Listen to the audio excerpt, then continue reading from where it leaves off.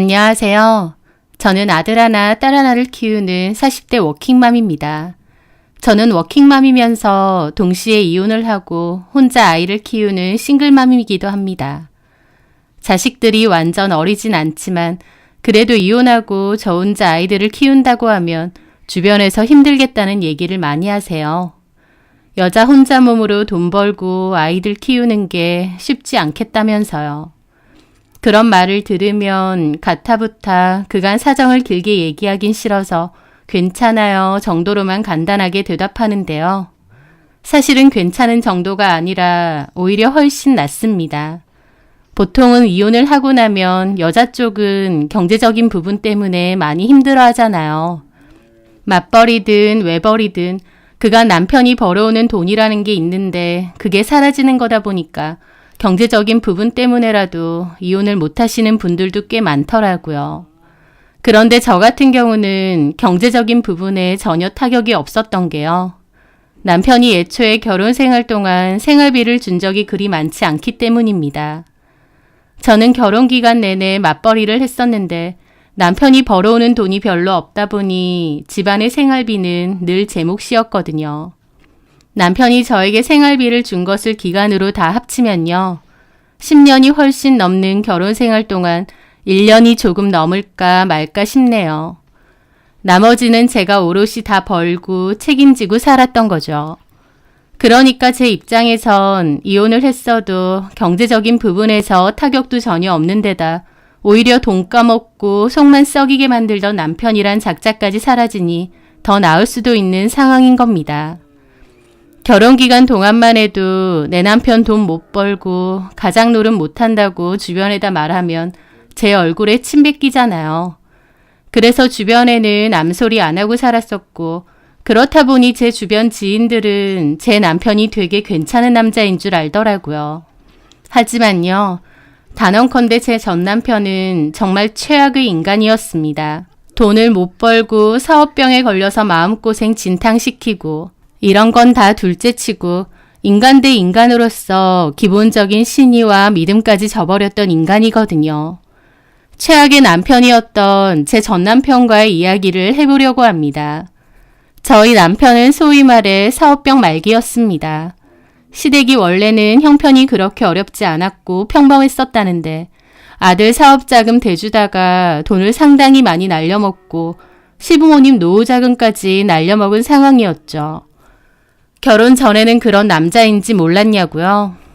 네, 몰랐습니다. 남편이 포장을 잘한 걸 수도 있고 저도 어리숙했던 것 같기도 해요. 저랑 남편은 소개팅으로 처음 만났는데 소개해주는 친구가 남편을 프랜차이즈 음식점을 운영하는 사장이라고 했습니다. 돈도 잘 벌고 시원시원하고 남자다운 성격이라고 했는데 정말 만나보니 그런 것 같았죠. 그런데 연애를 잘 하다가 결혼까지 하게 되었는데 결혼하고 나서야 알게 됐어요. 남편이 운영하던 사업은 적자인 지 오래됐고 사실상 문을 닫지 못해 근근히 운영 중이라는 사실을요. 연애할 때 남편 가게에 놀러 간 적도 많았는데 손님이 좀 없어도 남편 하는 말이 이래 보여도 매출은 괜찮다라고 했거든요. 그래서 그 말을 믿었는데 결혼하고 보니 전혀 아니었던 거죠. 저랑 결혼하고 1년 뒤에 결국 폐업을 하고 문을 닫았거든요. 저는 결혼하고 3개월 만에 아이를 가졌기 때문에 남편이 폐업을 할 때쯤 이미 아이를 출산한 후였습니다. 아이 때문에 회사 육아휴직을 쓰면서도 너무 길게 쓰면 눈치가 보이니까 원래도 딱 6개월만 쓰려고 했거든요. 그런데 그마저도 못 쓰고 3개월만 쓰고 회사로 복귀했습니다. 이제 아이도 키워야 되는데 남편은 갑자기 폐업을 하고 돈 한 푼 안 버는 백수가 되었으니까요. 그런데 그 와중에 남편은 정신 못 차리고 또 다른 사업 구상을 하는 겁니다. 저는 남편을 좋게 타일렀어요. 그러지 말고 직장을 구해보는 게 어떻겠느냐고요. 그런데 남편은 직장을 구할 생각은 전혀 없었습니다. 자기가 예전에 회사 생활을 조금 해본 적이 있긴 한데 자기는 직장인 체질이 아니라서 너무너무 힘들었답니다. 자기는 천성이 사업가 체질이고 남 밑에서 일 못한다고 하더군요. 누구는 직장 다니는 게 너무 재밌고 즐거워서 다니나요? 남의 돈 벌어먹는 게 쉽고 녹록지 않지만 그래도 돈은 벌어야 되니 참고 다니는 거죠. 하지만 남편은 주변에서 사장님이라는 호칭으로 부르는 것을 좋아했고 늘 입버릇처럼 남 밑에서 일 못한다고 잘하고 다녔습니다. 솔직히 남 밑에서 일을 못하는 게 아니라 하기 싫은 거면서요. 그 뒤로 또 다른 사업을 기어코 했었습니다. 사업 자금은 시부모님 노후 자금 털어서 했었죠. 그때 한창 유행하던 보드게임장이었습니다. 저는 좀 더 생각해 보랬는데 남편은 한 번 꽂히면 누가 말해도 안 듣는 고집불통의 불도저 같은 성격이었어요. 솔직히 저도 억울한 게 많았죠. 왜냐면 저는 애초에 남편이 사업하는 걸 반대하는 입장이잖아요. 그럼에도 부부라는 이유로 시부모님은 늘 남편과 저 둘 다에게 앓는 소리를 잘 하시고 부담을 주셨습니다. 너네 사업 자금 때문에 우리 노후 자금까지 다 땡겨준 거다. 그러니까 노후는 너네가 책임져야 된다. 늘 우리에게 고마운 줄 알아야 된다. 그런 소리를요. 사실 남편보다는 저 들으라고 그런 소리를 잘 하셨는데요. 톡 까놓고 어머님, 아버님, 아들이 자기 맘대로 사업하고 싶어서 저랑은 상관없이 일 벌리는 건데 그 책임과 부담은 왜 저한테 자꾸 얘기하시는 건지 이해가 안 됐습니다. 하지만요. 어쨌든 제가 남편을 선택했고 결혼했고 부부고 가족이잖아요. 연애와 다르게 결혼에는 책임감이라는 게 정말 중요한 거고요. 그렇다 보니 남편을 어떻게든 이해해보려 했고 남편이 하는 일을 응원해 주려고 노력했습니다. 하여튼 그렇게 시부모님 노후 자금까지 탈탈 털어다가 기어코 보드게임장을 차렸는데요. 사실 남편은 그 시기에 유행하는 사업 아이템을 하려는 경향이 있었습니다. 차라리 좀 멀리 내다보고 꾸준히 할 수 있는 아이템을 찾아봐야 되는데 남편은 그 시기에 반짝 인기가 많은 그런 사업 아이템으로만 가게를 열려고 하더라고요. 그러다 보니 당장 조금은 잘 될지 모르지만 길게는 잘 안 됐습니다. 유행은 금방 지나가니까요. 역시나 두 번째 가게도 어거지로 질질 끌다가 3년 뒤에 문을 닫았습니다. 거의 적자였고 근근히 가게세만 내면서 유지하다가 문 닫은 거죠. 당연히 생활비도 제대로 안 들고 왔습니다. 그런데 남편은 그러고도 정신을 못 차리고 이번엔 어떤 사업을 해야 잘 될까 고민하는 거예요. 그 모습에 저는 폭발했습니다. 그동안 남편을 믿어주고 기다려주고 했는데 이젠 안 되겠더라고요. 저는 울부짖으면서 그만 좀 하라고 했습니다. 나는 힘들어 죽겠는데 팔자 좋게 사업 구상이나 하고 있냐고요. 저는 진작에 남편 대신 집안의 생활비를 전담해야 했는데요. 회사에서 일하고 집에 오면 아이들 돌보고 집안 살림하고 몸이 12개라도 모자란 상황이었죠. 시간이 늘 없다 보니 아이들과 함께하는 시간도 턱없이 부족했고 여행도 거의 못 다녀봤습니다. 그게 아이들에게 어찌나 미안하던지요. 죽어라 직장 생활을 해도 제 월급으로 생활비 되고 남편 사업 실패 때문에 소소하게 빚까지 있으니 너무 힘들더라고요. 저는 성격상 남들에게, 가족에게도 그런 티를 별로 내지 않고 앓는 소리도 거의 안 하려고 노력합니다. 그래서 겉으로는 제가 회사 잘 다니면서 아이들 잘 키우고 행복하게 잘 사는 줄 알겠지만 사실은 너무 힘들었고 막막해서 혼자 울 때도 많았어요. 남편은 한마디로 배짱이 같은 사람이었고 본인 스스로만 중요한 사람이었습니다. 결혼을 했음에도 가정이나 생활에는 크게 관심이 없는 사람이었죠. 하지만 대외적으로는 잘하고 성격도 자상하고 착해 보이니까 주변 평판은 또 좋았어요. 남들은 저희 남편이 사업도 열심히 하고 가정적이고 그런 줄 알았겠지만 사실은 얼마나 이기적이고 지밖에 모르는 인간이었는지요. 하여튼 그러다가 남편은 또다시 사업을 시작하네 마네 했습니다.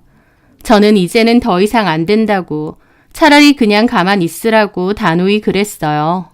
그리고 남편에게 그랬습니다. 당신은 말로는 사업이 체질이네 어쩌네 하는데 내 보기엔 전혀 아니다. 당신이 손대서 잘된 사업이 어디 있느냐. 결혼 전에도 하나 말아먹었다고 했었고 결혼 후에 2개 말아먹었다. 그 정도면 할 만큼 한 거다. 당신 그러고 있는 틈에 나는 죽어라 회사 일하며 생활비 벌고 애들 키우며 살았다. 왜 그렇게 이기적이냐라고요. 그리고 한 번만 더 사업한다 어쩐다 하면 이혼할 거니까 그런 줄 알라고도 했습니다. 저한테는 절박한 경고였던 거죠. 저도 그동안 참다 터진 거였고 제 울분에 남편도 많이 놀라더라고요. 그렇게 한바탕 한 이후로 한 달 넘게 서로 말도 안 했습니다. 남편은 원래 취미로 색소폰을 불었는데 주말에는 결혼식 축가로 색소폰 부는 아르바이트를 했었어요. 남편이 벌어오는 돈은 그게 전부였습니다. 평일에는 집에서 내내 지내고 주말에는 그 아르바이트 하는 게 고작이었죠. 하지만 저는 차라리 그게 낫다고 생각했습니다. 제가 제발 아무것도 하지 말고 그냥 가만히 있으라고 소리 지른 탓에 남편은 그 후론 딱히 사업 얘기도 안 하고 그냥 조용히 지냈어요. 남편하고 저랑 사이도 냉랭해지고 저도 풀 죽어서 지내는 남편을 지켜보는 게 마음이 너무 불편했습니다. 저라고 마음이 마냥 좋았겠나요? 하지만 괜히 사업한답시고 뭔가 시작했다가 그나마 있는 집이라도 날리고 망해서 빚더미에 앉는 것보다는 나았습니다. 그런데 그러던 어느 날 저희 친정부모님이 저를 호출하셨어요. 그러더니 제 근황을 물어보시더라고요. 요즘 강서방하고 잘 지내? 뭐 똑같지 뭐. 저번에 같이 밥 먹었을 때 보니까 형 둘이서 말도 안 하고 냉랭해 보이던데 싸웠어? 아니야 그런 거. 강서방 저번에 하던 사업 정리하고 반년 넘게 집에 계속 있는 거지? 너 혼자 벌기 너무 힘들지 않아? 힘들기 괜찮아요. 뭐 한두 해 이렇게 지낸 것도 아닌데. 저는 애써 엄마 앞에서 털털하게 얘기를 했습니다. 그런데 엄마는 잠시 고심 끝에 얘기를 하시더라고요. 실은 강서방이 한 달 전쯤인가 우리 집에 찾아왔었어. 저는 전혀 몰랐던 얘기였기에 몹시 놀랐습니다. 강서방이 혼자? 너네 아빠랑 엄마랑 집에 있느냐고 하더니 찾아왔더라고. 뭐 하러? 실은 자기가 집에서 계속 이렇게 지낼 순 없지 않느냐면서 집안의 가장인데 뭐라도 해야 되지 않겠느냐 하더라고. 엄마 아빠 찾아와서 그런 소리를 했다고? 그러면서 사업 자금을 조금 빌려줄 수 있느냐 묻더라고. 그 말에 저는 입이 떡 벌어졌죠. 저는 전혀 몰랐는데 저한테 말 한마디 없이 저희 부모님 찾아가서 돈을 빌려달라는 소리를 했다는 겁니다. 저희 부모님은 여윳돈이 없다고 거절을 하셨다고 했는데 사이가 찾아와서 그런 부탁까지 한 거다 보니 그 후로도 내내 걸리셨대요. 그리고 얼마 전 친정 식구들과 오랜만에 다 같이 식사했는데 저랑 남편이 사이도 부쩍 안 좋아 보이니까 저희 부모님은 더더욱 마음에 걸리셨던 겁니다. 저는 저 몰래 그런 짓을 한 남편에게 너무 화가 나더라고요. 어떻게 저한테 말 한마디 없이 저희 부모님 찾아가서 돈을 빌려달라고 할 수 있나요? 너무 기분 나쁘고 화가 나서 얼굴까지 새빨개졌죠. 그 모습에 엄마는 손사래를 치시더라고요. 너 왜 그래? 아니, 너무 황당하잖아. 나한테 말 한마디 없이 엄마 아빠 찾아가서 돈을 빌려달라니. 강서방도 오죽하면 그러겠어. 지금 집에 있은 지 꽤 됐잖아. 명색이 가장인데 집에서 그러고 있는 게 자기도 미안하겠지. 미안하면 쓸데없이 사업이니 어쩌니 하지 말고 어디 취업이라도 하던가. 막말로 본인이 가족들한테 미안해서 돈이라도 벌고 싶으면 그놈의 사업이 아니라 어디 막일이라도 해서 돈 벌어야 되는 거 아니야? 그런 일도 해본 사람이나 하는 거지. 강서방이 그런 일을 어떻게 하니? 말라서 힘도 하나도 없어 보이는데. 그 사람은 진짜 사업병 말기야. 저 정도면 병이야, 병. 너무 그렇게 하지 말고. 나도 진짜 더 이상은 못 참아. 못 참으면 어쩔 건데. 뭐 갈라서기라도 할 거야? 그 말에 저는 입을 다물었습니다. 너무 밉지만 그렇다고 남편하고의 이혼까지는 생각해 본 적이 없었거든요. 어쨌든 미우나 고우나 가족이고 저희 아이들 아빠였으니까요. 제가 아무 말 안 하고 가만히 입술만 깨물고 있으니 엄마가 그러시더라고요. 실은 우리 시골 땅 조금 있는 거 알지? 뭐 크기만 크지 사실상 별로 가치는 없긴 하지만 거기 내놓은 지 좀 된 거 알지? 나도 알지. 전에 거기 누가 사겠다고 연락이 왔어. 값도 나쁘지 않게 쳐준다고 하더라. 위치가 마음에 들어서 거기에다가 적당한 펜션 하나 지어서 살 거라고 하더라고. 그래? 연락 온 지는 얼마 안 됐어. 그래서 아빠도 내내 팔리지도 않는 땅이었는데 누가 산다고 하니까 그냥 팔자고 하더라고. 그래서 빠르면 이번 달 안에 계약할 수도 있는데 그거 하면 강서방이 말한 돈 좀 빌려줄 수 있을 것 같아. 그 말에 저는 펄쩍 뛰었습니다. 엄마, 그건 아니야. 그 돈을 왜 강서방 빌려줘? 그리고 강서방 그거 갚을 수 있는 사람 아니야. 너도 그러지 마.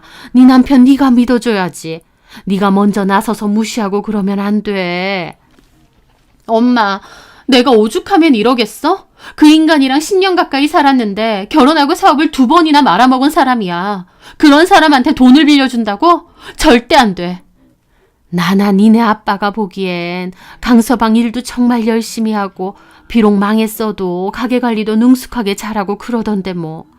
그러면 뭐해? 2번이나 망했다니까? 그거야 운이 안 좋았던 거고. 엄마 아빠 보기에 아이템만 잘 정하면 잘 될 수 있는 사람이야. 니네 남편 능력도 괜찮고 손님들한테 대하는 거 보니까 싹싹하고 계산도 빠르고. 막말로 니네 남편이 이제 와서 어디 취업을 하겠니? 뭘 배우러 다니겠니? 뭘 배우는 것도 본인이 의지가 있어야 되는데 그럴 생각도 없잖아. 저는 한숨을 푹 내쉬었습니다. 엄마 아빠 그 돈 없어도 살아. 언제 팔릴지도 모르는 시골 땅이었는데 마침 누가 산다고 했고 또 값도 나쁘지 않게 쳐준다고 했으니까 그 돈으로 우리도 사이 좀 도와주련다. 내가 엄마 아빠한테 너무 염치 없지 그럼. 엄마 아빠 결정인데 네가 뭐가 염치 없어. 너도 그러지 말고 강서방 믿어줘. 엄마 아빠는 저희 남편에게 돈을 빌려주시겠다고 하더라고요. 딸이 혼자서 생활비 버느라 아등바등한 것도 사이가 일도 없이 집에서 놀고 먹는 것도 지켜보기 힘드셨던 모양이었죠. 결국 저희 부모님은 남편과 저를 불러다가 그 얘기를 하셨고 남편은 저희 부모님께 정말 감사하다고 자기가 최선을 다하겠다면서 절까지 하려고 하더라고요. 저는 착잡한 기분으로 집에 돌아와서 남편에게 말했습니다. 엄마 아빠가 가볍게 말하셨지만 그 돈 엄마 아빠에게도 작은 돈 아니고 노후자금 같은 돈이기도 하다. 이번에도 적당히 남들 따라서 유행하는 아이템으로 가볍게 장사하려거든 시작하지 마라. 진짜 진지하게 많이 고민하고 많이 생각해보고 시작해라 라고요. 남편도 알겠다고 자기도 큰 마음의 부담을 안고 하겠다고 이번엔 정말 잘 해내서 저나 저희 부모님한테도 꼭 보답하겠다고 하더라고요. 그러면서 저한테 하는 말이 장모님 장인어른께 너무 감사한 거 있지. 못난 사위 이렇게 믿어주시고 큰 돈까지. 그러니까 잘하라고. 걱정 마. 내가 대박 쳐서 장모님 장인어른 돈 10배는 쳐서 갚아드릴게. 그런 허풍도 그만해. 대박이고 뭐고 다 필요 없고 그냥 꾸준하게 돈 벌 수만 있으면 되니까. 알았어. 그리고 빌려주는 거지 당신 주는 거 아니야. 착각하면 안 돼. 달에 얼마씩이라도 갚아야 된다고. 그럼 알겠어. 제가 뭐라고 해도 남편은 그저 싱글벙글이더라고요. 저희 부모님이 사업자금 도와준다고 하니 싱글벙글인 거겠죠. 걱정이 많았는데 남편은 그래도 이번에는 진지하게 고민도 하고 많이 알아보려 다녔습니다. 그러던 도중 남편은 어머니 많은 분의 추천으로 닭칼국수 대박집의 레시피를 전수받게 되었습니다. 그 가게는 좀 외진 곳에 있는 곳인데도 먼 지역 사람들까지도 일부러 찾아와서 먹는 곳이고 평일에도 줄을 서서 먹는 맛집이라고 하더라고요. 나이가 많으신 여자 사장님이 운영하시는데 그 가게에서 가까운 곳에 가게를 내지 않는다는 조건으로 돈을 받고 레시피를 판다고 했습니다. 그것도 아무한테나 다 파는 건 아니고 소개로요. 저희 어머님이 지인에게 듣고 알려주셨고 남편은 거기 가서 힘들게 레시피를 전수받았습니다. 저도 남편이랑 같이 가서 먹어봤는데 정말 맛있더라고요. 그리고 손님도 정말 많았고요. 레시피가 비용도 상당히 비싸긴 했지만 그만큼 돈을 들일 가치가 있었습니다. 그렇게 남편은 그 레시피로 저희 동네에 가게를 열었습니다. 물론 그 사업 자금은 당연히 저희 부모님이 대주신 돈이었죠. 처음에는 테이블도 4개 정도밖에 없고 위치도 번화가 쪽은 아니다 보니 소소했어요. 그래도 음식이 맛있기도 하고 저희 남편도 워낙 싹싹하고 친절하게 응대를 잘하다 보니 점차 입소문이 났습니다. 그러다가 나중에는 여러 블로거들에게도 알려지면서 홍보도 많이 되고 장사가 꽤 잘 되기 시작했습니다.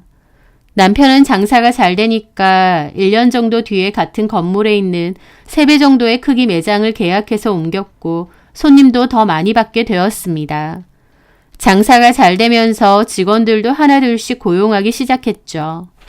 저는 회사를 다니고 있으니 직접적으로 도와줄 순 없었지만 그래도 주말 같은 때에는 가서 일손을 돕곤 했었습니다. 그 정도로 바쁘고 장사가 잘 된 편이었죠. 저도 저희 부모님도 남편의 사업이 잘 된 것을 진심으로 기뻐하고 좋아했습니다. 고생 끝에 낙이 온다고 저희 가족에게 행운이 찾아왔다고 생각했죠. 내가 그랬지? 내가 사업가 체질이라고. 참나, 그래 맞다. 인정할게. 당신 손님들한테도 잘하고 열심히 하는 것 같아. 재료나 청결에도 신경 많이 쓰는 것 같고. 그럼 그런 건 기본이지. 맛만 있다고 많이 오는 게 아니라고. 물론 기본적으로 맛있고 푸짐하니까 인기가 많은 것도 있지만 그 외적인 것도 얼마나 중요한데. 맞아. 당신 너무 잘하고 있어. 참, 그래서 말인데 이제 우리 부모님 돈도 조금씩 갚아야 되지 않을까? 아, 그렇지. 근데 당신도 알다시피 우리가 가게를 좀 더 큰 곳으로 이전했잖아. 그래서 돈이 좀 많이 들어갔어. 그거 금방 다 회수될 거니까 다 되고 몇 달만 기다려주면 한 번에 다 갚을게. 좀좀따리로 달에 몇십씩 갚아서 뭐하냐. 그냥 한 번에 이자 쳐서 돌려드리는 게 낫지. 그렇기도 하겠다. 알겠어. 당신 편한 대로 해. 그렇게 남편은 저희 부모님에게 빌린 돈을 이자 쳐서 한 번에 갚겠다고 하더라고요. 그맘때 남편과 저는 사이도 너무 좋고 행복했습니다. 맨날 집에만 있고 돈 얘기만 나오면 싸우게 되던 남편과 저였는데 남편의 가게 운영이 순항이었고 생활비도 넉넉하게 들고 오면서부터 싸울 일이 없더라고요. 그리고 남편은 저보고 그동안 고생 많았다면서 고가의 가방도 사주기도 했습니다. 이게 돈이 얼마짜린데 이런 걸 사와. 줄 서서 먹는 맛집 사모님인데 이 정도도 안 들어? 회사 다니거나 애들하고 다니는 게 단데 내가 이런 거 들고 어딜 가? 회사 가면 되지. 남편이 사줬다고 그래. 그런 거 자랑하고 그래도 돼. 주변 사람들 배 좀 아프게. 참나. 저는 어이없어 웃으면서 남편의 너스레가 싫지 않더라고요. 장사 잘 돼서 저한테 비싼 선물을 턱턱 사주는데 어떤 와이프가 싫어하겠나요? 좀 있어봐. 당신 지금 타고 다니는 중고차 너무 오래됐잖아. 그것도 내가 바꿔줄게. 아유, 됐네요. 지금 차 얼마든지 쓸만해. 준다 하면 그냥 고맙다고 받아. 그래야 남자도 기가 사는 거야. 그 말에 저는 웃으며 그랬습니다. 알겠어. 고마워. 근데 그 전에 우리 부모님 돈부터 먼저 해결하고. 아, 그렇지. 나 그거 안 떼먹어. 애초에 내 사업 시작할 수 있었던 것도 장모님 장인어른이 도와주신 덕분이잖아. 걱정 마. 이자 두둑히 해서 갚을 테니까.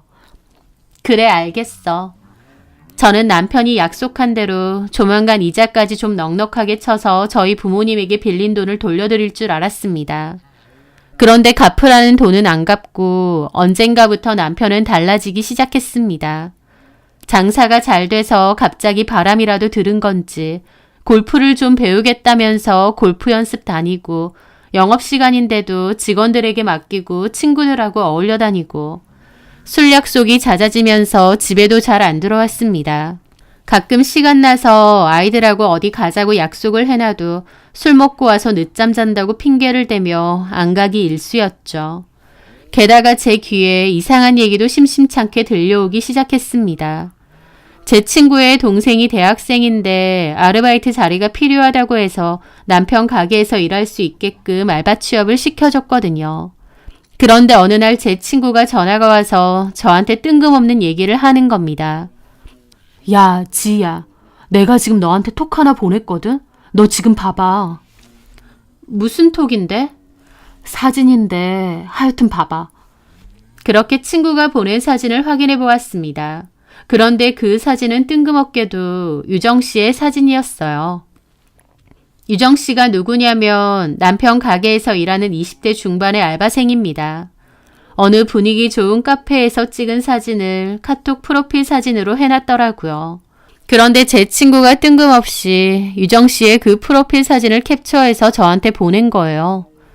이걸 나한테 왜 보냈지 싶고 애초에 내 친구가 유정 씨를 어떻게 알지 싶어서 너무 황당하더라고요. 그리고 친구한테 곧바로 전화가 왔는데 저한테 그러는 겁니다.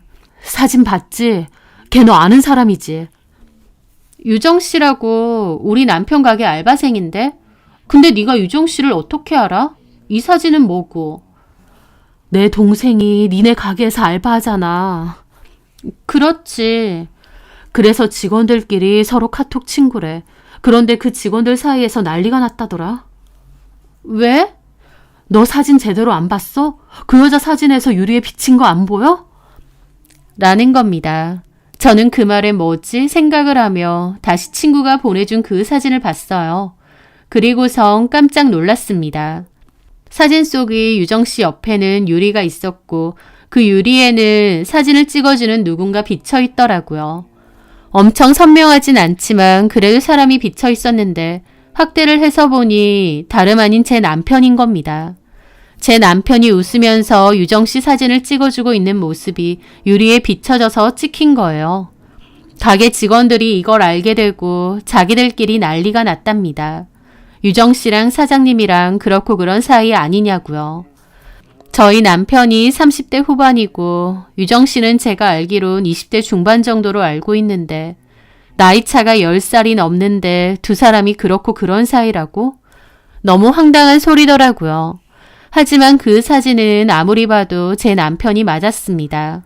옷도 제 남편 옷이고 안경 쓴 모습, 희미하지만 웃고 있는 모습까지도요. 알바생이랑 가게 밖에서 따로 만났다고?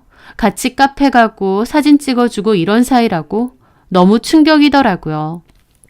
저는 친구에게 일단 알겠다고 말하고 전화를 끊은 후 유심하게 그 사진을 보고 또 봤습니다.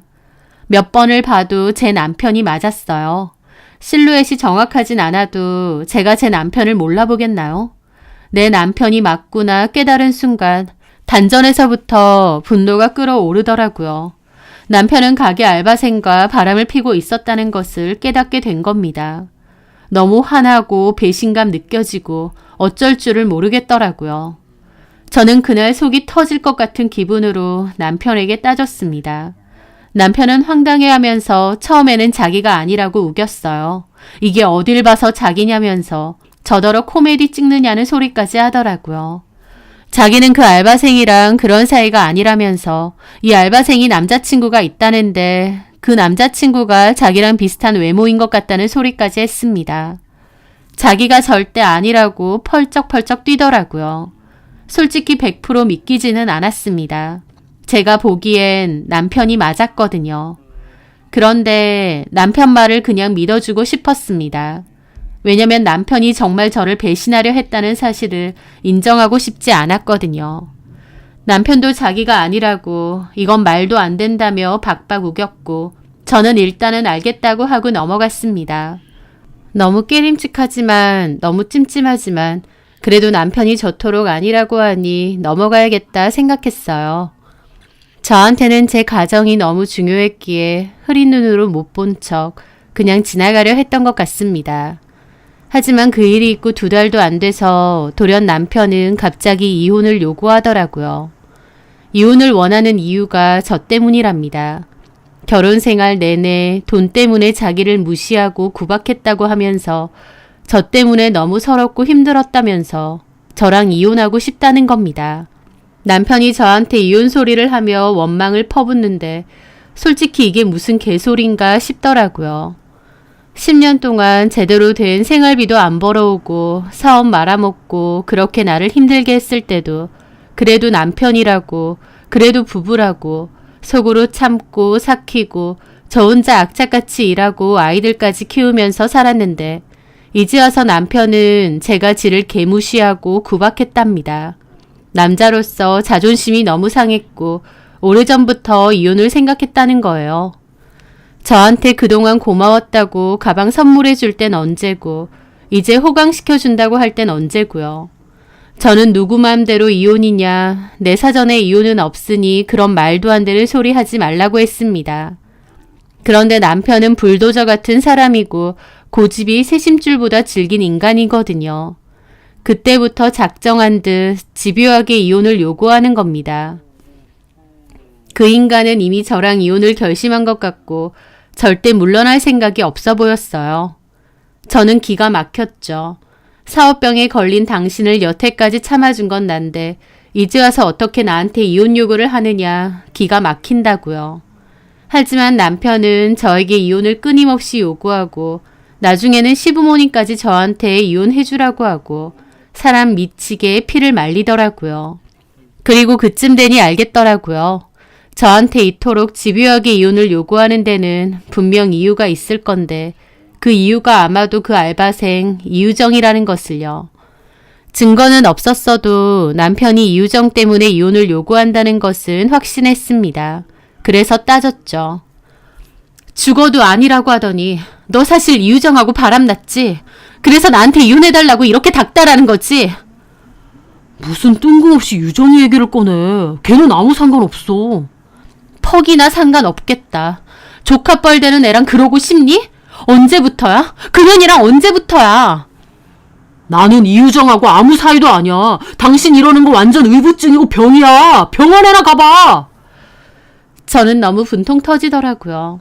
남편이 분명 이유정하고 바람을 피는 것 같았고 이유정 때문에 이혼을 요구하는 거라는 확신이 들었거든요. 남편은 집에 안 들어오고 대화도 계속 거부하다 보니 저는 이유정이라도 따로 만나려고 했습니다. 그런데 이유정은 이미 가게를 그만둔 상태였어요. 저는 직원 주소록을 이용해서 이유정 집 근처에서 이유정을 기다렸습니다. 너무 속이 갑갑해서 이유정한테 직접 얘기라도 좀 들어보려고요. 그런데 제 절박한 마음이 하늘에 통한 건지 이걸 기회라고 해야 되는지 모르겠는데요. 그런 제 눈앞에 뜨인 건 다름 아닌 남편의 차였습니다. 이유정을 기다리는데 남편 차가 마침 온 거였죠. 남편의 차는 이유정이 사는 집 앞에 멈춰섰고 남편은 그 차에서 같이 내려서 익숙한 듯 이유정과 함께 집 안으로 들어가더라고요. 저한테는 이유정하고 아무 사이 아니라고 그토록 펄쩍 뛰고 박박 우기더니 아주 대놓고 같이 집 안으로 들어가는 겁니다. 저는 눈이 돌아서 소리를 지르며 그쪽으로 달려갔고 남편이 입고 있던 후드티의 후드를 확 뒤로 잡아당겼습니다. 남편은 뒤로 나자빠졌고 제가 갑자기 나타나니 놀라서 정신을 못 차리더라고요. 저는 넘어져 있는 남편을 보며 울면서 쌍욕을 퍼부었습니다. 이럴 줄 알았다. 인연이랑 바람나서 이혼하자는 거면서 그렇게 뻔뻔하게 내 탓한 거냐고. 네가 사람 새끼냐고요. 우리 부모님 돈으로 사업해서 이제야 사랑굿이라고 살게 됐으면 고마운 마음으로 살아야 되는데 말은 은인이네 어쩌네 해놓고 너는 은인한테 이따위로 하냐고요. 지나가는 사람들 다 쳐다보든 말든 저는 악을 지르며 난리를 쳤고 남편은 바닥에 주저앉은 채로 벙찐 얼굴로 저를 쳐다보고 있더라고요. 저는 너무 화가 나서 옆에서 눈을 동그랗게 뜨고 멀거니 서 있는 이유정 멱살도 잡았습니다. 나이도 어린 게 어디서 안 좋은 것만 골라 배워서 알바하는 가게 사장하고 바람을 피느냐고요. 제가 멱살을 잡고 흔드니 이유정은 소리를 꽥꽥 지르고 남편이 벌떡 일어나 저를 확 떼어놓더라고요. 저를 너무 거칠게 미는 바람에 저는 넘어질 뻔했는데 그 상황이 정말 눈물나게 기막힌 겁니다. 내 앞에서 상간녀를 보호하는 남편이라니. 그런 건 정말 드라마에서나 있는 일인 줄 알았어요. 저한테 일어날 일이라곤 상상도 못했습니다. 저는 더 약이 오르고 분통이 차서 이유정 가만 안 둘 거라고 손을 뻗었더니 남편이 저를 말리면서 외치는 말이 그만 좀 해! 유정이 임신했단 말이야! 라는 겁니다. 그 말에 저도 얼음이 되었죠. 바람 피다 못해 임신이라니. 12살 차이가 나는 조카뻘 되는 여자애랑 바람 피우고 임신? 현실감이 안 느껴지고 진짜 머리가 핑핑 돌더라고요. 저는 온몸이 후들후들 떨려오는 것을 느끼며 이를 악물고 남편의 싸대기를 날렸습니다. 남편은 얼마나 세게 맞았는지 머리가 확 돌아갈 정도였죠. 그 후 연거푸 3번이나 때렸는데도 분이 안 풀리고 더 화가 나더라고요. 남편도 그만 좀 하라고 소리를 지르고 욕을 하더니 이유정을 데리고 집 안으로 도망치듯 들어갔습니다. 저는 황급히 빌라 안으로 들어가는 그 두 인간들 뒤통수에 대고 외쳤습니다. 나 지금 이거 다 녹음하고 있다. 닭칼국수집 사장 강민구와 알바생 상간녀 이유정 둘이서 바람피고 아이까지 가졌다. 지금 이 모든 사실들 다 녹음하고 있다라고요. 그리고 동네방네 소문 다 내줄 거고 너네 얼굴 못 들고 다니게 해주겠다. 내가 할 수 있는 모든 법적 조치는 다 갈 거다라고요. 저도 울면서 정말 악에 받쳐서 그렇게 소리를 고래고래 질렀습니다. 제 말에 남편은 좀 당한 얼굴로 저를 빤히 돌아보더라고요. 저는 눈물 콧물 범벅이 된 얼굴로 보고 있었는데 남편은 고개를 획 돌리더니 다시 이유정을 부축해서 올라갔습니다. 제가 절망적인 기분으로 바닥에 주저앉았던 기억이 나네요. 그날 밤 늦게 남편이 집으로 왔습니다. 저는 아이들 생각해서 밖에서 얘기를 하자고 했고 집 앞 놀이터에 앉아서 얘기를 했습니다. 밤이라 쌀쌀해서 그랬는지 아니면 너무 화가 나고 분통이 차서 그랬는지 모르겠지만 앉아있는 내내 몸이 계속 떨리고 이가 딱딱 물리더라고요. 남편은 이제 들켰으니 어쩔 수 없다 생각했는지 미안하다면서도 또다시 이혼해달라고 하더라고요. 저도 싸늘한 기분으로 남편에게 그랬습니다.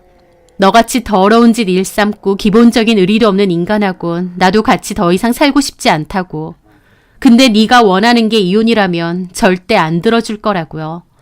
그 말에 남편은 한숨을 푹푹 내쉬면서 이유정이 임신까지 했는데 그럼 어쩌냐고 어떻게 하면 이혼해줄 거냐입니다. 남편은 이혼 말고는 눈에 뵈는 게 없는 것처럼 그 와중에도 이혼 소리만 하더라고요. 저는 너무 처참한 기분으로 울면서 물었어요. 그년이 그렇게 좋으냐? 어쩌려고 이렇게까지 하느냐고. 자식이고 뭐고 안 보이냐고요. 그랬더니 남편 한다는 말이 유정이 가여운 애야. 부모님도 없고 힘들게 혼자 사는 애라고. 걔는 내가 없으면 안 돼. 당신은 내가 없어도 되지만 걔는 내가 없으면 안 된단 말이야. 라는 겁니다. 제 앞에서 상간녀 불쌍하다고 자기가 있어줘야 된다는데 이게 말인지 뭔지. 개소리도 참 정성껏 한다. 너 유부남인 거 잊었니? 애들 아빠인 것도 잊었니? 네 상간녀는 당신이 없으면 안 되고 네 새끼들은 아빠가 없어도 돼? 당신이 애들한테 잘해주잖아. 애들한텐 내가 없어도 당신이 있고 당신이 나보다 더 중요한 존재잖아. 그래, 당신이 아빠 노릇 똑바로 하지도 않고 산 거 나도 잘 알아. 퍽이나 자랑이다. 그래서 네 새끼들은 거들떠도 안 보고 이유정 뱃속에 있는 애만 중요하디? 10년 넘게 사업 말아먹고 가장 노릇도 똑바로 안 하고 살았던 거. 그런 당신 이해해주고 보듬고 산 거 나야. 미안하고 고맙다며. 이제라도 나 호강시켜 준다며. 그럼 나한테 어떻게 이렇게 하니? 말이야 바른 말이지. 톡 까놓고 당신이 뭘 그렇게 나를 보듬어줬는데. 돈 못 벌어온다고 내 사업 망했다고 무시나 했지. 당신 말 똑바로 해. 10년 동안 암소리 안 하다가 3번째 사업까지 한다고 하니까 나도 폭발해서 그랬던 거야. 그래 알겠는데 이제 와서 이런 소리가 무슨 소용이 있겠어.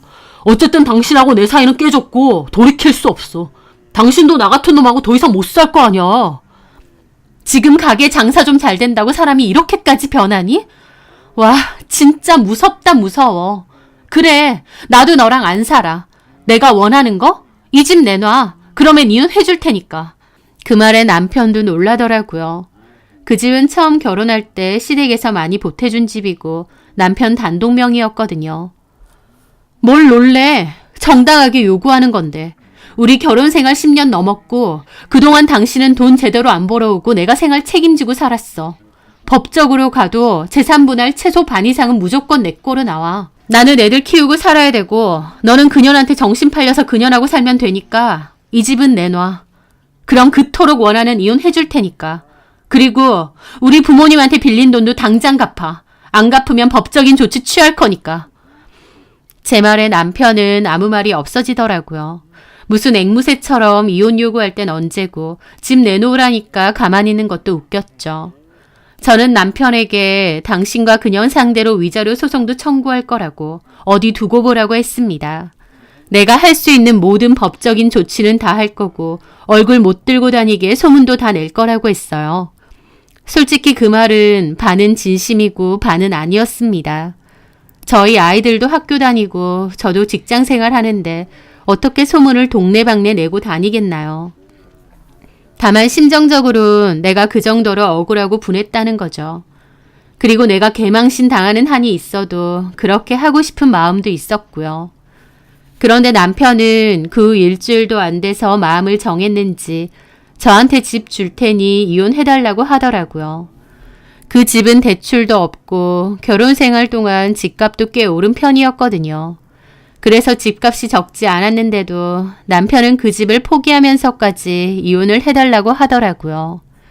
남편이란 작자에게 완전히 질리고 학을 뗐고 좋다고 저도 이혼하겠다고 했습니다. 그렇게 집 명의를 제 앞으로 이전하고 따로 소송 없이 협의로 이혼을 하기로 했어요. 그런데 이 인간이 그 와중에 저희 부모님 돈은 안 갚는 겁니다. 저는 남편에게 내용 증명 보내기 전에 부모님 돈 이자 쳐서 갚으라고 했어요.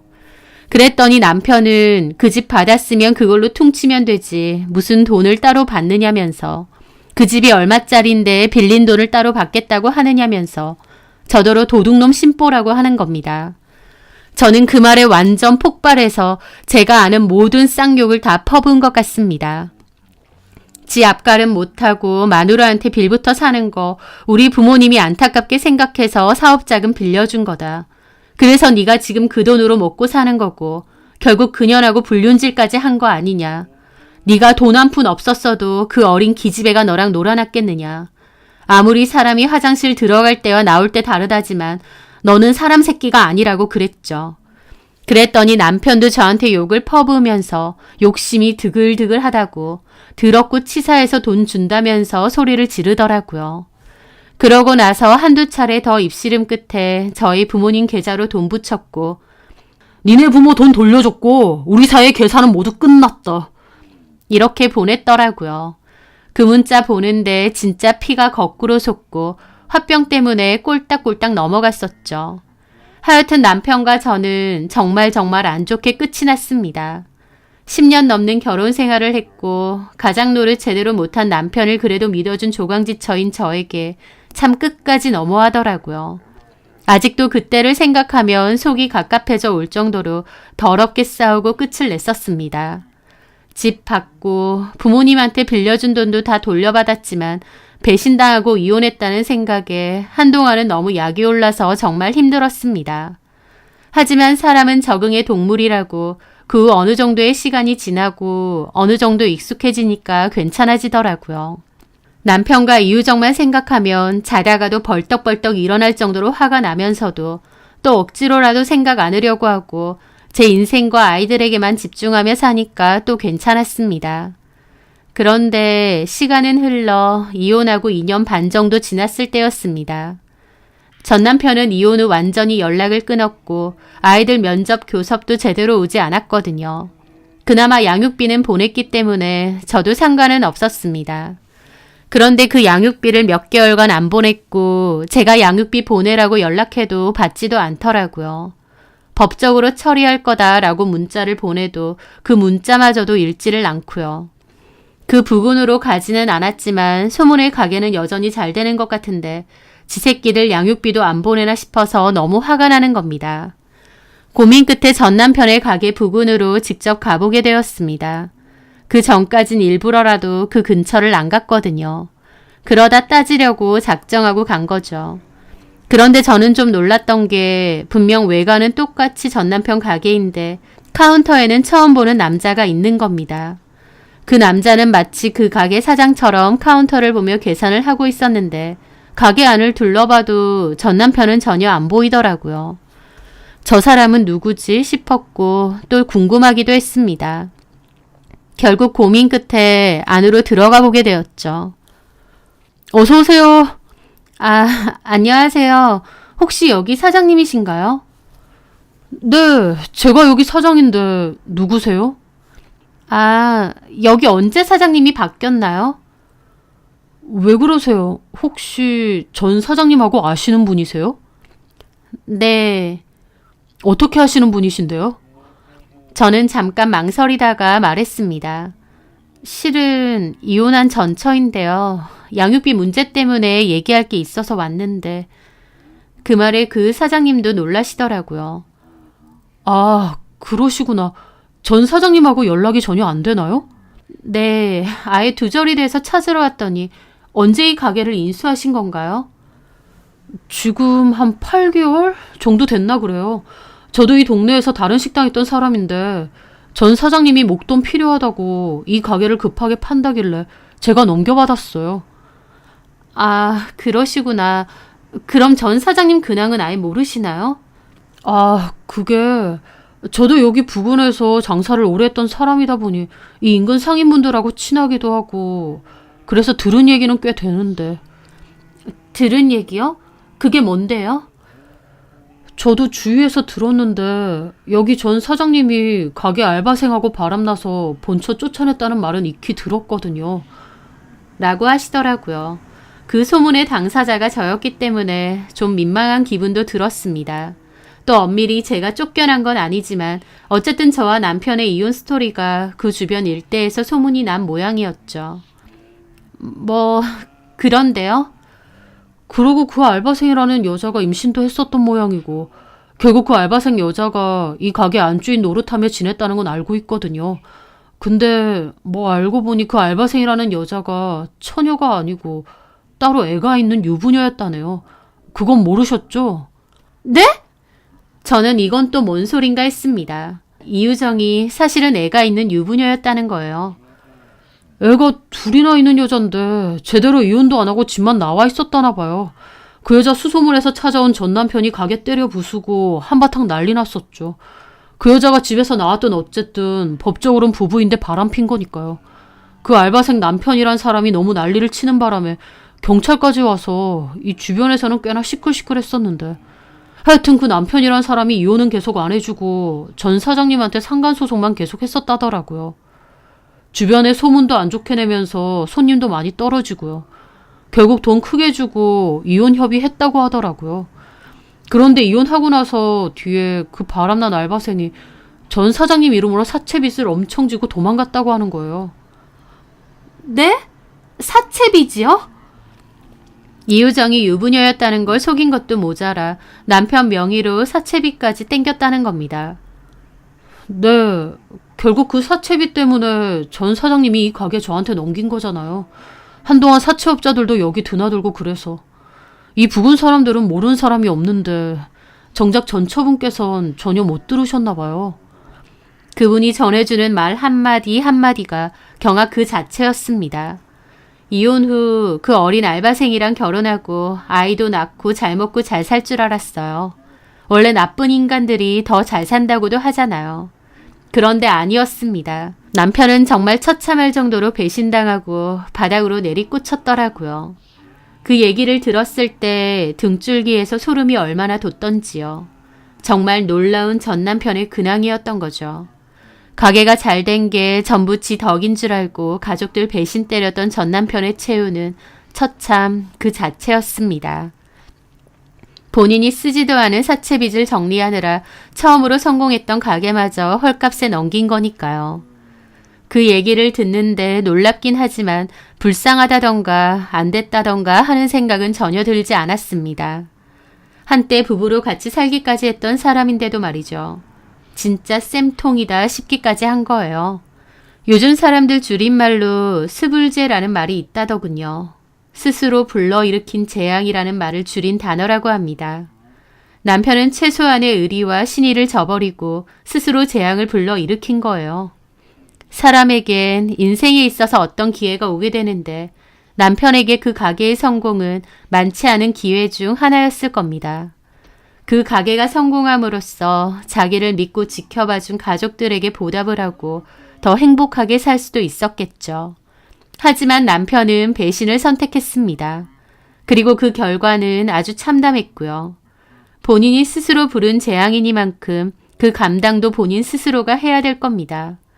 연락이 두절돼서 어떻게 사는지도 모르겠지만 본인이 저버린 것이 무엇인지, 본인이 진짜 놓친 것은 무엇인지 두고두고 곱씹으며 절절히 후회하고 살길 바랍니다. 저는 속 썩이는 남편 없이 아이들 잘 키우며 행복하게 잘 살 거거든요. 제 사연 들어주셔서 감사합니다.